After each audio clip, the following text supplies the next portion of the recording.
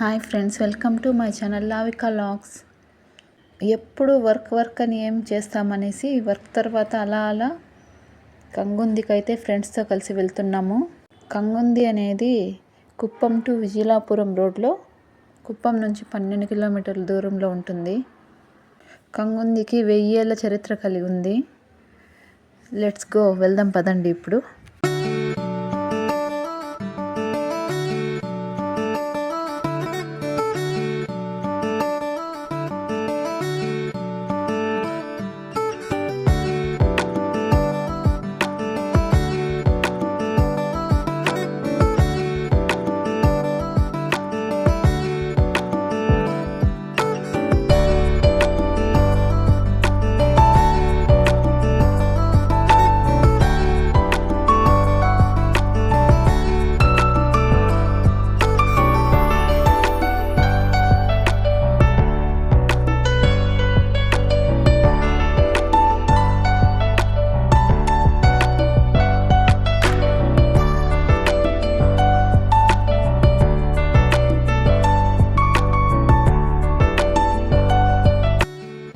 Finally కంగుంది దుర్గానికి అయితే వచ్చేసాము.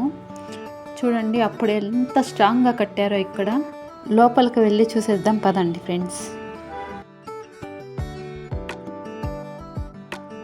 ఇదే ఎంట్రన్స్, కోటకి ఎంట్రన్స్లోకి అయితే ఎంటర్ అయిపోతున్నాము. చూడండి, ఇప్పుడు మనం పైకి వెళ్దాము. పైకి వెళ్ళి మొత్తం ఎలా ఉందో చూసేద్దాం.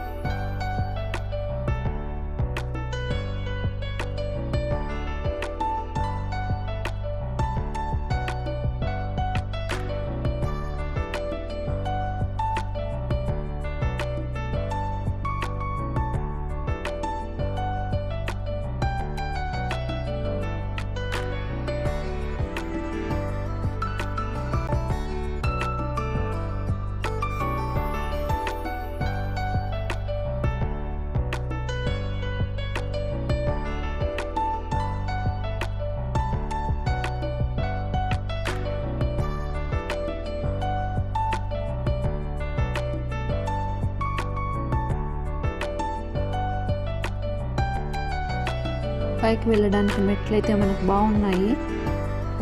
స్టెప్స్ ద్వారా వెళ్ళాలి. ఇంకా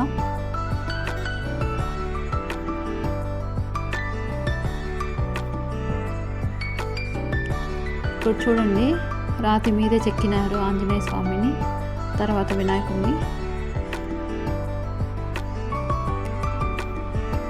ఇంకా స్టెప్స్ ఎక్కడం స్టార్ట్ చేసేసాము.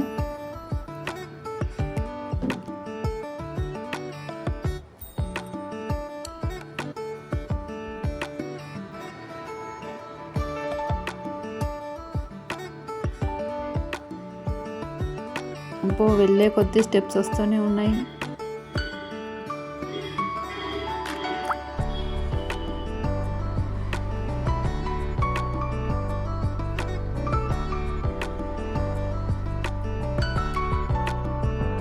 చూడండి, గుహలు, కొండలు మధ్యన స్టెప్స్ ఎంత బాగున్నాయో.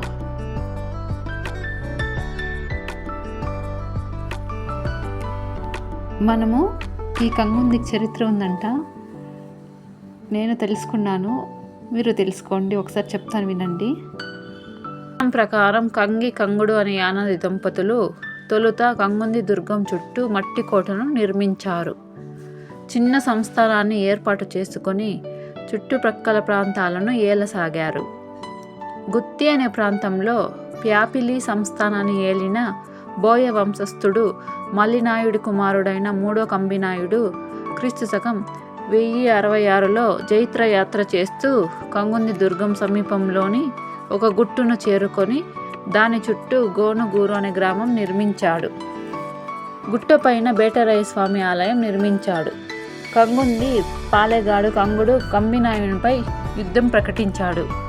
అయితే కంబినాయుడు అతడితో స్నేహ సంధిని కోరాడు. తన స్థావరానికి ఆహ్వానించి కంగుడు కంగీలను కుట్రపూరితంగా సంహరించి కంబినాయుడు కంగుంది సంస్థానాన్ని స్వాధీనం చేశాడని స్థానికంగా జనం చెప్పుకుంటున్న చరిత్ర. ఆ తర్వాత 1066 సంవత్సరంలోని కంగుంది దుర్గం చుట్టూ అప్పటికే యానాది పాలిగాలు నిర్మించిన కోటను మరింత పటిష్టం చేసిన కంబినాయుడు ఇక్కడి నుంచినే పాలన సాగించాడు. అప్పటి నుంచి స్వాతంత్రానంతరం 1950 సంవత్సరం దాకా కంగుంది సంస్థానం రాజా కంబినాయుడు వారసుల ఏలుబడిలోనే ఉంది. చిట్ట చివరి పాలకుడుగా రాజా వెంకటపతి నాయుడు కొనసాగారు. మరో కథనం ప్రకారం ఒక గద్దా పావురం ఈ దుర్గం చుట్టూ తిరిగి ముక్తి పొందాయట. మరో కథనాన్ని అనుసరించి పూర్వం కలినందపురంలో శివభక్తులైన కరుణ కాంతరాజు దంపతులుండేవారు. వీరికి సంతానం లేదు. ఒకరోజు కాంతరాజు శివుని తలపై మోస్తూ ఊరంతా తిరిగినట్లు కల వచ్చింది. మర్నాడు కల గురించి ఒక సాధువుకు చెప్పగా తపస్సు చేయమన్నారు. తమ సంపదలన్నీ ప్రజలకు దానం చేసి అడవికి వెళ్ళి తపస్సు ఆరంభించారు. కొన్నేళ్లకు శంకరుడు ప్రత్యక్షమయ్యాడు. తాము స్వామిని ఎల్లవేళ్ళ మోసే భాగ్యం కల్పించమని కోరారు. శివుడు తల పంకించి తథాస్తు, మీరు కలియుగంలో కొండగా ఆవిర్భవిస్తారు, ఆ గిరిపై నేను కొలువుంటాను అని అంతర్నమయ్యాడు. అలా వెలిసిందే ఈ కొండ అని చరిత్ర చెబుతుంది. ఇలా 2-3 కథలున్నాయి ఫ్రెండ్స్ కంగుంది చరిత్ర గురించి. ప్రతి సోమవారం మరియు శివరాత్రి రోజుల్లో ఇక్కడ ప్రత్యేక పూజలు అయితే చేస్తారు.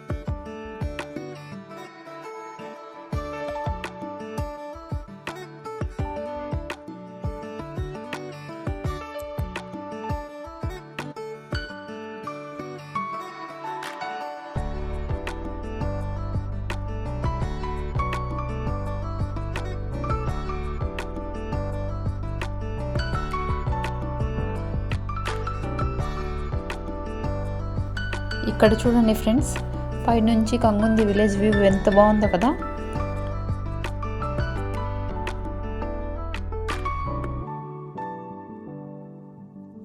మా వీడియోని లైక్ చేయండి, షేర్ చేయండి, సబ్స్క్రైబ్ చేసుకోవడం మాత్రం మర్చిపోవద్దు.